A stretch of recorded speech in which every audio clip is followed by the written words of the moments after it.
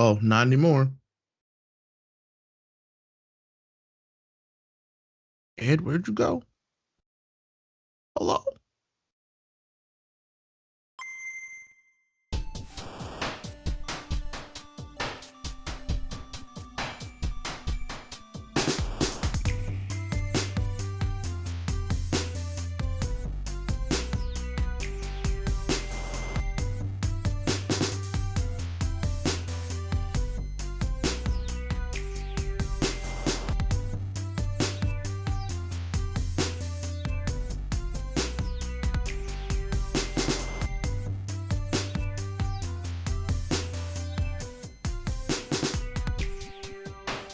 Hello, everybody. Welcome to the Index Show. I'm your host, ADB. Joining me is my good man, the streaming champion, Mr. Wade Williams. Hello. Yes, hello. How are you? I'm doing great. Actually feeling really good. Considering my antics last night, I feel great. Yes. It's a black team production right now. Yeah, that's right. The boys are running the show today. That's Yes. right. Corey and Jesse weren't able to make it. Jesse's definitely joined his vacation. So Mhm. happy that he hasn't been like really texting and showing pictures and stuff. I'm like, you go enjoy vacation. And Boss Man is doing some work. He's still behind the scenes doing the production and everything. So those guys not going to be on this episode. But me and Ray, we literally just had a great talk about Gears 5. Oh yes. It is a little bit spoilerific, I will Oh, say. it's very spoiler. Yes, but we really had a great time. Me and Ray did finish Gears 5. So you guys may probably be able to hear about that on the after show. You guys hopefully Corey will be able to show it to you guys without him like fully hearing it or being like discouraged or anything, because him and Jesse hasn't finished it yet. But I think this one, Slackers. I think they're trying to play it together. They're trying to do Yeah, yeah, I get it. Lives and stuff, and trying to coordinate schedules. I get it. Yes. Making me sound selfish for wanting to just finish it myself. Well, I already knew I was going to go in, playing this game. But yeah, we really had a great discussion. I and Ray could pretty much agree with me. Like, this is definitely one of Microsoft's best first party games. If you feel like it's a first party exclusive, that's fine. But I think it's one of their best, and it definitely deserves the Game of the Year. I will say that I don't think it deserves the 8.75. I really would give this game a straight 9. I also gave it a straight 9. Like, honestly, it did everything right for me. I really enjoyed the story. The game played really well. The music was awesome, and it looks fantastic. Did I say it looks fantastic? It looks great. So yes, those are my pillar points. That's what I need. I even with some of the problems that I have with it, I would literally give this a 5 out of 5 Yoshi coins. Like, without a shadow of a doubt. All right. Like that is definitely a 1-up. Like, so this is one of the games where I'm like, if you are on Xbox or PC, it's kind of a must play, I think. But I had the conversation a lot, Ed, because I streamed this game, and a lot of people were like, "Oh, I haven't played Gear since 2," and I'm like, that's okay. This is a good game to play, and I think they do a decent enough job with the story and kind of recapping things that you don't really need to have played 2 or 3. Well, actually, you need to have played at least 1 or 2 Gears games to even like kind of have an idea what's going on. But if you haven't played 4, that's okay. You can literally just pick up this game. It'll explain it to you, and you're fine, I think. Yes, that is true. I kind of feel like the regular Gears trilogy has nothing to do with this new Gears, but I understand playing. I think playing 3 also, just to say that you got the whole full story with the trilogy, right. And then you could do the 4, 5. I feel like playing all of them, and a little bit of judgment if you want to get some of the backstory, if you care about narrative. If you just care about, 1,000% agree with that. Yep. Yeah. If you just feel like having some dumb fun, start with 4, jump into this one and watch the it's recap. fun. That's exactly right. I 100% agree with that. Yep. But we're gonna get into some housekeeping. Welcome to the NX Show, your source of video game news, analysis, and other shenanigans. You can catch us here on Twitch.tv, the NX Show, or on codenamenx.com/live every Saturday at 1 p.m. Eastern, 10 a.m. Pacific for pre-show, followed by the podcast. If you can't join us live, no big deal. You can head on over to codenamenx.com, Spotify, iHeartRadio, YouTube, or your podcast service of choice on Tuesday mornings for a full edited show to consume. Follow us on Twitter and Instagram at the NX Show and like the NX Project's Facebook page. You can also join our Facebook group when it's not a secret group. We will be updating you on content in the coming weeks, and as we have a few cool things planned, such as we gotta know the business. Just a lot of stuff is coming. If you have any questions, you can tweet at us. Look for the question thread in our Facebook community or email us at contact@codenamenx.com. We'll also be taking live questions in the Twitch chat and the Mixer chat. And of course, if you guys are all seeing this one is not going to be live, but it's a recorded episode. But we do have questions that we are going to tackle. So cannot wait to get to them. Remember, you can find all of our content on codenamenx.com, including all of our videos, old content, reviews, blogs, live streams, and more. And just to give everybody heads up, I apologize for the Beauty of Video Games Volume 5 kind of being delayed. I will be uploading past week blogs and new blogs and stuff, and I will be updating the podcast for you guys to be listening to. Corey had to work on some of the websites, and so I made a decision to hold it back while he worked on them and until I got the okay. So by the time you guys see this episode, there should be the past week blogs and then some new blogs up, and then the second part of the podcast of the Beauty of Video Games for Optional Opinion will be up on SoundCloud. But hopefully everybody got to check out the first part with my good friend Benji. Hopefully you guys will enjoy that episode. Up this next one is with my good friend Eric M. Hunter. We really had a great discussion about feelings. So hopefully you guys will enjoy that, and hopefully you guys will enjoy this podcast. This project. But we're going to get into some gaming get downs. But before we get there, Ray has kind of jumped into something that I didn't expect him to jump into that he wanted to discuss. So Ray, yes, break down this Apple Arcade. Yes.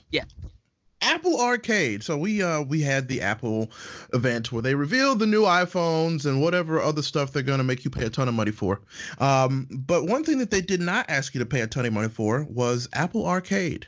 Apple Arcade is one of their newest services. Yes, another subscription. I'm sorry. But it's a subscription to a bunch of high quality mobile games via the App Store that all work offline, which is fantastic and one of the selling points for me, honestly, because usually when I want to play a mobile game, it's somewhere where I don't have good service or don't have any service. So it's nice to be able to play a game that I don't have to have service for. That's great. Mm-hmm. But the real kicker, it's $5.99, Ed.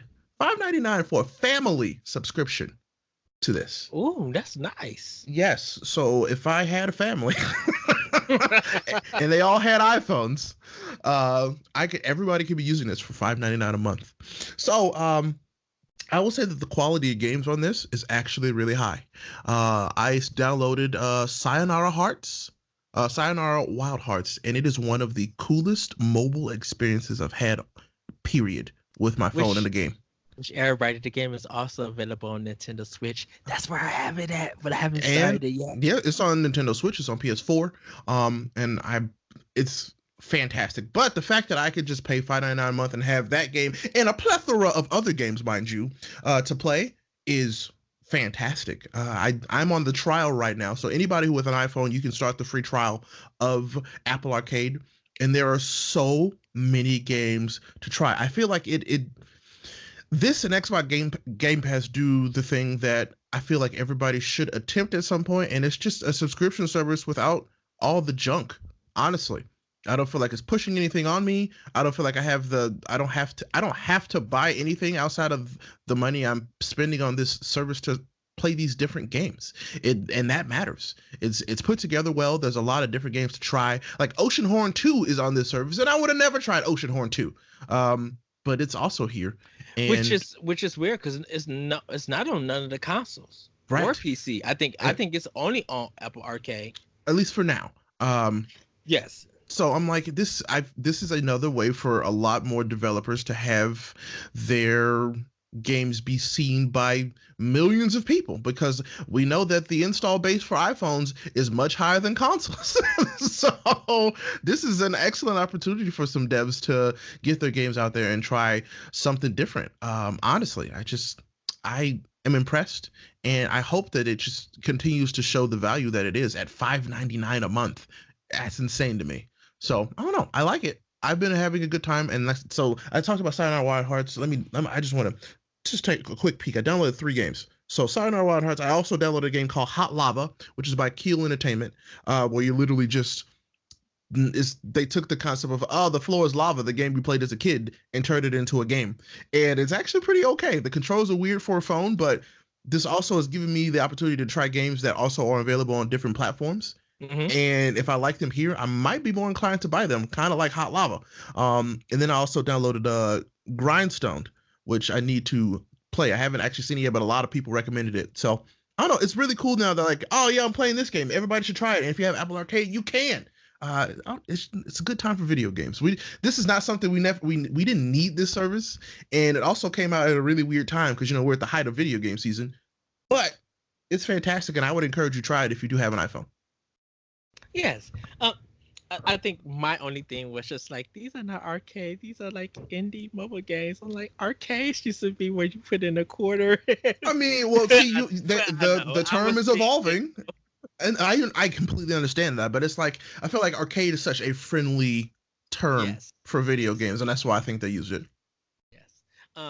I have an iTouch 5. I'm not gonna knock Apple Arcade or anything. I know it's not a service for me, not because not the Apple product or anything. I think it's gonna be one of those like, okay, show up on Switch and I'll get it there. Mm-hmm. On Xbox or PlayStation, I'll get it there. I feel like if I'm going to play your game, and it has value, I want to reward you as a company. And I think if I just outright buy your game, I feel like I would get more content from you as a company because you deliver something. You deliver some good entertainment value to me. But this is good for people who are on a train, who don't have a Switch or any kind of like gaming platform to do. Right. To use. Right. Download these, see how much space they got, and give those games a go, and let them fill up the time that you feel like when you gotta wait for something. Right, and I mean, it's just, I also like, because sometimes I just like to not carry anything but my phone, and so this is nice to have that option. Honestly. Yes. So, $5.99, and that's a really great deal for a subscription model like that. They're already starting people off with 50 games. It's a free trial beta. I don't know how long the free trial is. Neither do I, but I'm sure it'll charge me one day. I'll be like, oh, that's when that's supposed to come out. But I mean, I'm happy for it. I and by reading a lot of reports and a lot of people's social media on Twitter, like. And by the way, I misspoke. It is $4.99 a month, which is even better. $4.99. Okay. Yes. Yeah. Reading a lot of people's tweets and stuff about it, they said it's really, really good. So, by the way, I just want to kind of give you the rundown of what it actually is. Yeah. So you can get a month free trial. It is $4.99 a month. You get unlimited access to 100+ new games rolling out this fall. You get access for up to 6 family members. 6. All these games are ad free. There's no additional purchase necessary for any of these games. You can start playing on one device. So say I'm playing on my phone, and then I get home and I'm like, I'll play this on my iPad. I can literally pick it up on my iPad and play the same game. You can download them to play offline, like I talked about. Um, you can decide whether to share your personal data because that's a big thing for them. And it works with screen time and parental controls, which is also awesome. You can limit the time that people, like your kids, are using it. So I feel like this is a cool thing for families. I really do think so. Yeah, that is true. Definitely when small kids are out, and because they don't have a Switch Lite or anything. But if they're out and their mom or dad gets them the phone to keep them busy and stuff, I think these games would keep them like, Yeah, and they have a bunch to try. Yeah, they really do. Like I said, it's not for me because of like Switch and all these other games on these other platforms. But I am happy that the service is up and running, and hopefully people who are not gamers, who are casual gamers, or who like need something to fill the void, that Apple Arcade will be that. Don't want to say placeholder, would be that service that would get them into playing video games or games. It's another way for people to play video games, and that makes me happy. More people playing video games is what I want. So this is good. Yes, we'll probably see people streaming it. I don't know how that work, but yeah, I can see that. I can see that. So, is that all, Ray? Yeah, that's it for Apple Arcade for me. If anybody has any other comments or any other questions about Apple Arcade, I'm more than willing to talk about it. So yeah, just let me know. What are you playing on Apple Arcade? Have you tried it? Tell me why Sayonara Wild Hearts is incredible, because it is. Yes, I can't wait till I start this game and hear this music. We have a lot of games to get down to. So Ray, I'm gonna start with you. What games have you been getting down to? So I've been getting down on quite a few things. So like I said, I finished Gears 5. I also finished Fire Emblem Three Houses finally. Oh my God. First playthrough, and I think that's going to be my only playthrough. I'm satisfied with what I got. See, also, I just recently started Link's Awakening, and it's exactly what I wanted / needed. It's so good. I love it. What else did I start? I started the demo for Dragon Quest XI because that comes out next Friday, and it's probably one of my most anticipated games of the year. So I will be playing that a bunch. Like I said, I've been playing these mobile games, so Sayonara Wild Hearts is also on that list now. And I think really right now, besides the Call of Duty beta, that's pretty much it. Is it live? Yes, the Call of Duty beta is live. Okay, because I was trying to find it. I couldn't find it on Xbox. Yeah, it's definitely live now. And it's cross-platform play already. So for the beta, which is a huge step, and it works. Because I wanna download it for PS4 and I want to download it for One, and I want to play both of them and just hop in a match. It's just experience what it is. I don't care about winner or anything. I want to see how it runs and how it feels on it. It's just like enjoy myself. I just didn't get to see where it was downloadable at Xbox. Yeah, well, get ready to be a little salty because people. It's Call of Duty. People are good at Call of Duty. So I played it on PS4 so far. I have a code. I downloaded it on PC. I'm gonna try it on PC this weekend and see how it feels compared to PS4, and we'll see. We'll go from there. And then I would love to talk about that next week. Yeah, actually, next week I'll be out of town because I'll be at TwitchCon. I just remembered that. Oh no! So we'll figure that out. Oh, don't worry because I have a rehearsal next Saturday. So, okay then. So I guess we're here this weekend and they're here next weekend.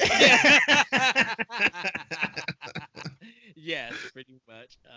But we'll all will be back in October because I actually not going to have questions in 2 more weeks. I have to tell Corey about that. I kind of want to have a big discussion because and it's literally going to deal about there was shout out to Xbox Drive with Sean Cabri and can I think of his name? Insipid Gamer. I cannot think of your name, so forgive me. They were asking a question about what feature should Scarlet have to like really sell people on the system. And my response to that question was one of the community's listeners sent in the question. And one of my things was just like, I would love for Xbox to show you a backlog slash conquered status of a game. So when you get to a game, let's say Metal Gear 6, for instance, and it shows that you have 49% of the game done or anything, and it shows you what you have completed, not so much achievements but what you actually have completed, and they'd be like, you're ready to start level 6, go Hmm. from here, or you have beaten the game or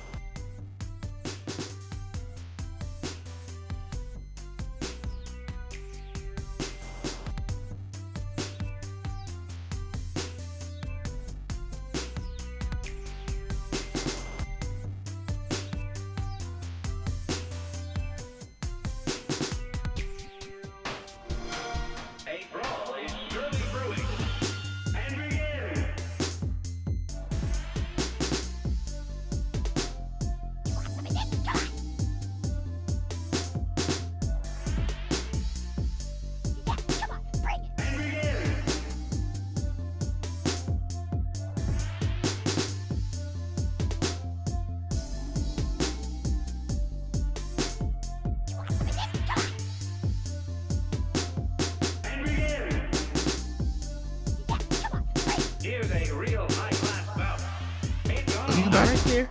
Oh, there you are. Yeah, I just don't see you. You disappeared on me for a second. I was like, what the heck just happened? It's Skype as always. It should be on now. Yeah, there it is. There you go. You are coming to frame. Yes. I did finish Gears 5. Oh, good. So, yeah. Tell me how'd you feel about it. How'd that make you feel?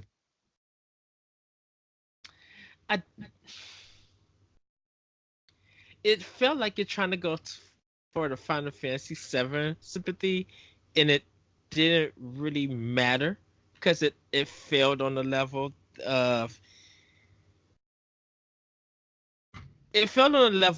that. Okay, I understand you guys are going to kill you're going to kill Dale off, but you guys are going to make a decision where JD is somewhat dead. I feel like there's going to be a leech or something that's going to come into their body. This is a possibility because it's Gears. It's not actually going to be anything truth or anything. That one of the characters that you chose to die or they officially killed off, that they're going to actually bring back with some emotion or something, like something got into their body and brought them back to life. That's a possibility. Other than that, I think they're going to kill Dale off because he doesn't really play a big role in Gears 5. I mean, he's more of the actual emotional support for Kate, which is why I think he's important. But he's important in that way, but then they failed they should have built that up in Gears 4. And they should have did what they did in Gears 5 for Gears 4 and then don't kill JD or anything or have that choice. But there's something about, I think Gears 5 should have been Gears 4 and Gears of War 4 should have been Gears 5. Nah, I don't feel like that. I feel like 4 did the good thing of setting this up, kind of like we've talked about before. It did the New Hope deal. It's kind of like the Star Wars thing where it's like, okay, we're continuing on our universe with, new protagonists and, we're going to introduce you to them and they have a new story that we're going to tell in this universe. But it's a waste of time and a waste of a story to introduce 2 new characters and then you have a decision just to kill them off in the next game. That doesn't make sense. Gears of War 4 was supposed to actually in some way be about the swarm and somehow that turned into the locust or whatever. It's supposed to be Kate's story from what it's supposed to be, but then it becomes JD's side story because Marcus Phoenix got caught. And then we'll focus back on Kate. And it's just like you can't have. I understand what you're trying to do. You're trying to have 2 parents from 2 characters to be saved. Which one is more important? And you guys made the decision that Marcus Phoenix is more important than Kate's mom. Because what you did with Kate's mom, that end is supposedly led to Gears 5, but then it's just like once Marcus Phoenix got caught, you forgot about the whole story about Kate's mom. You as JD, you get the coalition. I'm about to say Gearbox. The coalition made JD feel like Marcus was more important than Kate's mom in the middle section of that game, and that is a waste of time for me.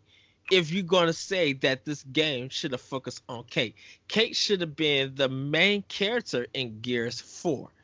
And JD and Dale should have been the side characters with whatever situation they're on. Because you really don't need Marcus Phoenix because he doesn't really do anything. Because you take him out halfway through the game of Gears 4.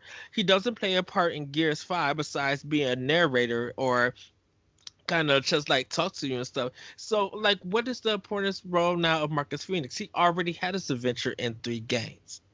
So I'll put it to you like this: Marcus Phoenix is a cornerstone of the series, and But that's now, why he's still important. but now it feels like because the way that JD dies, or your choice to make him die, now it feels like Marcus Phoenix is a Dom character, which now it's going to be another waste because now you're going to kill off Marcus because he can't deal with the fact that JD is dead. We don't know if that's the choice that the series is going to make. That's what it's leading to, because Dom didn't have to die in part 3 over his wife. Mm-hmm. That was just, to me personally, that was all stupid. Like, you don't have, I'm like, you guys created Cliff Bleszinski and them created Dom. You know, yeah, you was all about your wife and stuff, and you know, you had to kill her and everything and stuff. But I'm just like, there is no way that you will put him in the game. His sacrifice don't really play a part or anything. I mean, it's set up to play a part, but I'm like, you still could have helped out the Gears, and you still could have brought peace to the land and did that in honor of your wife. You could have still been living. Well, I'll tell you right now, this isn't a universe where everything comes up, Millhouse for anybody. Nobody. I think that's what they're also establishing. Like, this isn't a universe where good things happen. Nothing good is happening in the Gears universe. Well, they've marginally scraped by. That's it. Well, that is true, but then I look at it from a narrative perspective to be like, this is stupid. Like, this doesn't play no point in what the story and what emotion that you're trying to go for. I wouldn't say that it's stupid. I would say that it's paced.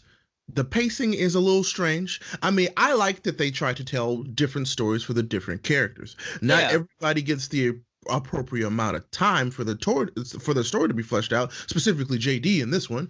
I kind of feel like they used him as kind of protagonist, slash antagonist in this for a little bit, but it didn't really matter because we didn't really get the true antagonist in the game until almost the end of the game, which was the hard part. Up until then, it was them learning more about Kate, who is the star of the story, which I appreciated. Which she's supposed to be the star of Gears 4. So that's why I feel like I don't think so. I don't think that she was supposed to be the star of Gears 4. But the story they didn't make her into the star until this game, and I think they planned that. But they started off Gears 4 making Kate's story and her mom, her being kidnapped, more interesting. Yes, it's the most interesting. It's definitely more interesting than everybody else's story. Not more interesting, but the setup of what the next Gears series is going to be about. Yeah. You're introducing JD. That's fine, but he really don't have no story. When you start your premise off with Gears, his story is that he's Marcus Phoenix's son. That's literally his story. And that's it. But so why does Kate have a bigger story and supposed to be set off for when you're supposed to be making Marcus' son JD the next? You want to know? You want to know why, Ed? You want to know why? Because we've had stories where women have just been used as props for ages, and guess what? Guess what? Now that we have a female character that is the center of the story, the man does not have to be the center of the story. He can also be just used as a prop, which doesn't make it better, but definitely shows that it can be done. I think it would have been better. I think it would have been better, but start Gears 4 with Kate being the main character, and you're focusing more on her journey. So they were using JD and Marcus as selling points for the series, which I understand them doing. You want to get people who are nostalgic for the series to come back and try something different. That's not easy. I think people would have went to Gears because they are just a fan of the series and they want to see what the gameplay is. I don't know, man. You would think that people would have watched that new Star Wars because they were a fan of the series. That's not always true. No, that is true. I wish I need to watch the last two. I haven't watched 8 and I gotta go see 9. Yeah, I didn't watch 8. That's all good. So like I said, it's things are changing, things are different, and they're trying new things, which I appreciate. And I like that they're trying something different with this story, for real. I really liked the first 2 Gears games.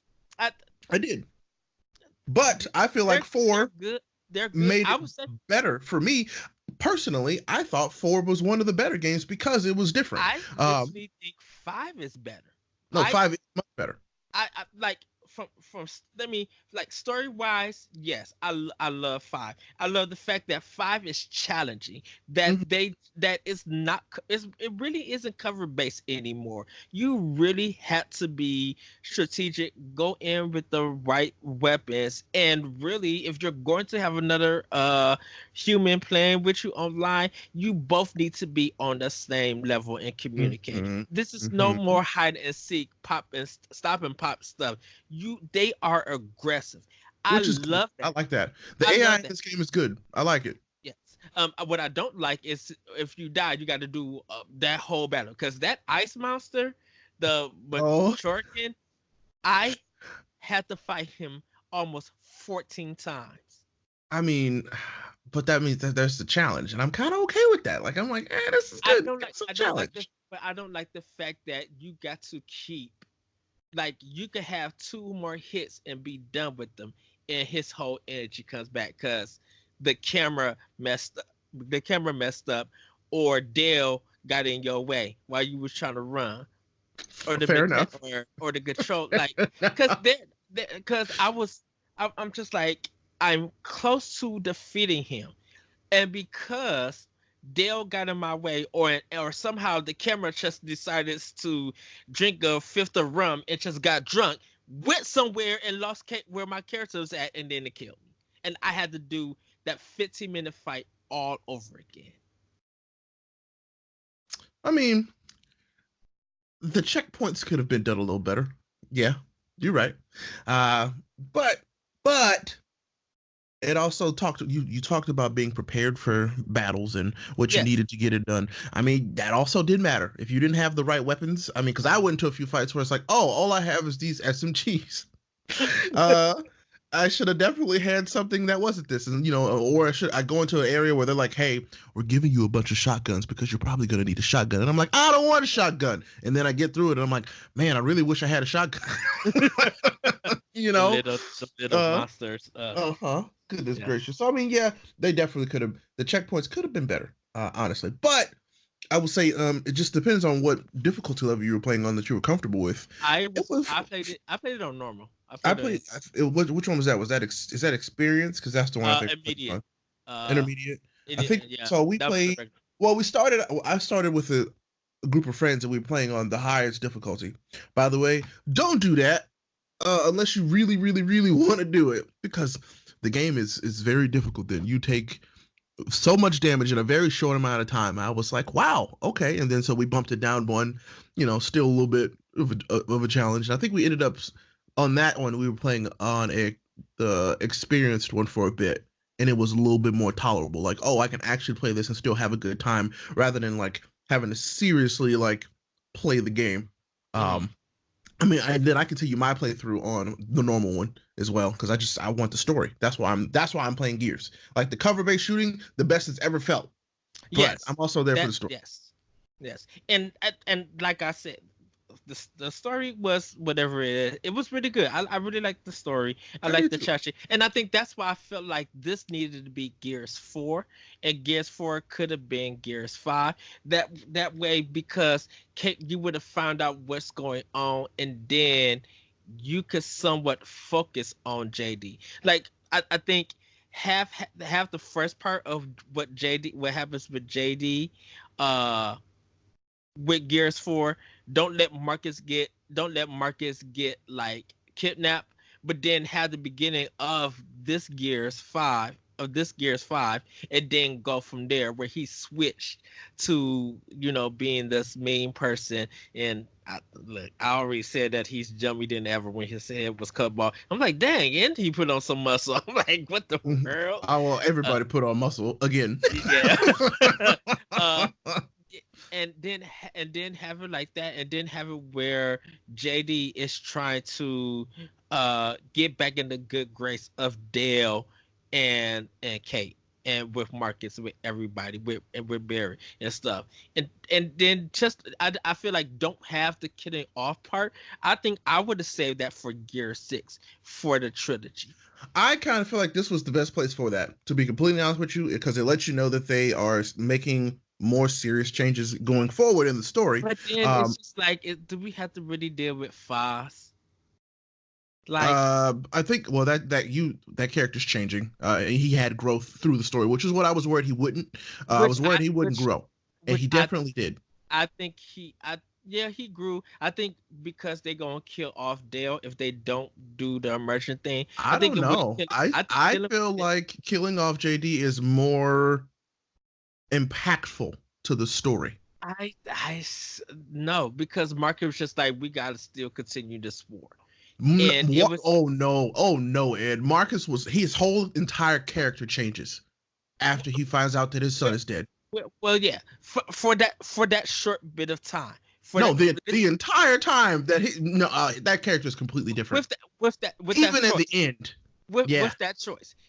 Reason why I say that at that time, because he just like, come on, we got to keep going. And I was not saying that he didn't care or anything, but it's just like the same cutscenes and stuff were used after you get into the game and you end it. So it didn't matter at that point if you chose Dale or JD.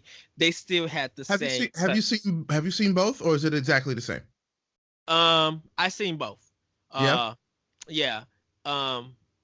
And it kind of shows off that, you know, Marcus is still hugging his. There is a little bit different animation, but there's nothing narrative going. You just see Marcus, you know, feeling that way, and then they get into that group hug. So there's extra dialogue when it's JD. It's different dialogues because Foz is affected by Dale's death. Gotcha. And JD and Marcus just like, we got to go on and we got to continue this journey. So it was just like cutscene stuff. Nothing more after that. It's like the same thing that happens and everything. Okay. So I mean, I guess at that point, it's like you wish that they had done just a tiny bit more. But I get it. Like games are hard to make. Well, again, yes, that is true. I just feel like that sacrificing part would have been good for Gear 6. I feel like at that point, I feel like it's too late, honestly. Well, only because now you got to introduce a new character, or you got to move Foz in. But I feel like that would have. I feel like, you know, keeping JD, Dale, Kate, Foz, Marcus, keep them all together to really go into that final battle.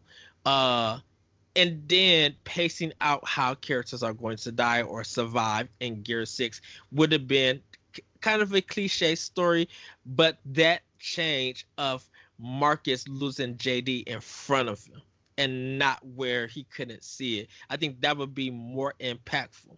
And if that is more impactful, that JD dies, Marcus would die also. You don't want to kill your main like the one that really sells the series with Marcus, but I'm just like, Marcus Phoenix has to die sometime, and his sacrifice would be more beneficial to the story than JD's, in a sense. JD's sacrifice would have been like, you know, I did this more out of heroism and the team in the world, instead of I should see my son die and I'm going to kill myself. So what you're saying is, so I guess what I'm getting from you when I'm listening to you talk about this is you wish that it had been a character choice rather than a third party making the choice about who died. I would have saved, not really, I would have saved that kind of narrative, that kind of design of that game for Gear 6. I don't know. I feel like at that point, because I feel like I am still a part of the team that I could see the end of this series being where everybody dies. There's no good ending in this. I could totally see that happening. And then they leave it up to the people who are saved, and they have to start over, and that's just kind of the interpretation of the universe. I can see everybody dying in this, everybody, because this is a very cruel universe that It's all messed up. It's all bad for everybody. Like I cannot foresee a good ending, and if they do push a good ending for Gears, I don't know how I'm gonna feel about it. I really don't. They're gonna push it. They're gonna push a good ending because they're actually. I think they're gonna kill Queen Reina, or they're gonna kill this mother, or somehow the mom that because is the new queen now her mom, or okay. Well, it's the shell of her mom. It's not shell really her mom. It's the Hive has picked a host, and that host is her mom. So okay, so because I feel like her mom is still in there and stuff. I think her mom is going to make a decision of killing herself to end it. I think something is going to click. Some part of humanity is still in her mom. Maybe. So Gear 6, and that's why I feel like Gear 6 now could go anywhere, and I would have saved that death part for 6. I mean, I'm more curious now that what they're going to do with the death. Like, I feel like it's going to build into something interesting. It's what I'm hoping. So that I'm not going to disagree with you and say, oh yeah, they shouldn't have done that, because I don't know. I think that I thought it was a little bit of a shock. I was not anticipating this series doing that right now, and so I'm like, oh, especially with 2 major characters for the story, and so I guess I want to see how they're going to decide on how to move forward. What's going to be canon with this going forward. I don't know. Right, and that's why I felt like that's why I feel like this game should have been 4. 4 should have been mixed in with some parts of 5, and then whatever happens in 6. Because I'm just like, first of all, I didn't really get to build a relationship with Dell, and I didn't really get to build a relationship with JD. I built a relationship with Kate because of 4 and 5. Right, and story, and I think that's okay, Ed. I think that they're putting all this focus on Kate for a reason. They want you to get to know Kate. They want you to empathize and sympathize with her, and I get it. I do. Narrative and games. I will say that this is. I will say this is. I will agree with a lot of people. One of Xbox's best first-party games. I want to call it. Oh, absolutely. It's still the argument that I had with Ray, with my other friend Ray, and a whole bunch of people. Wow, there's another Ray. I'm upset. Okay, that's fine. I still agree that this is one of Microsoft's probably best first-party games. It is for the platform. I wouldn't call it an exclusive because it's on Steam. I think anytime you bring another game, whether it's within the same realm of a console, I mean, or your brand of consoles, I don't feel like it's that exclusive. I feel like this is a first party game from Microsoft and the coalition. They did a fantastic job. I think this is one of their best first party games. Not exclusive to me. One of their best first party games. I mean, and that's all. I kind of quantify those as the same thing. So I mean, I get what you're saying, but it's also like, But like this is one of the better Microsoft first party games that we've got in the past 5 years. Straight up. Well, it just is. Because I think that 5 is better than 4 by hands and feet. It really is. And I literally said this. I'm like, shout out to the art team. Mm-hmm. Gears 5 is beautiful. It's a gorgeous game. I'm like, you guys really went sci-fi, but you really made this game deep. I'd argue that blow for blow, up against Forza, it is the prettiest game that they've ever made. Yes, that I agree. Like Forza's pretty because it's cars and environments. This game is pretty because literally everything happening. Pretty much, yeah. It's all pretty. Oh, right. Forza Horizon 4 is breathtaking, like none the least. And I think Gears 4 is their third best game because we didn't get. I think Halo 5 is their fourth. Is their fourth best game, but still it's a beautiful game. I think not Gears 5. I think Halo 5 still got some beautiful cutscenes. It does. It does have some beautiful cutscenes, but this game, it's got some of the best facial capture I've ever seen. Period. Yes. I don't know. The game is just pretty. The sound design is fantastic. Oh yeah. It all looks good. The scene towards the end, where you're on the skiff and you're going through that desert that is also like literally a hellscape. Yeah. I was just kind of like, oh my God, this is insane. And I love it. It was so pretty. It just worked. It looks so good. the art made it a believable world. Mm-hmm. And Mm-hmm.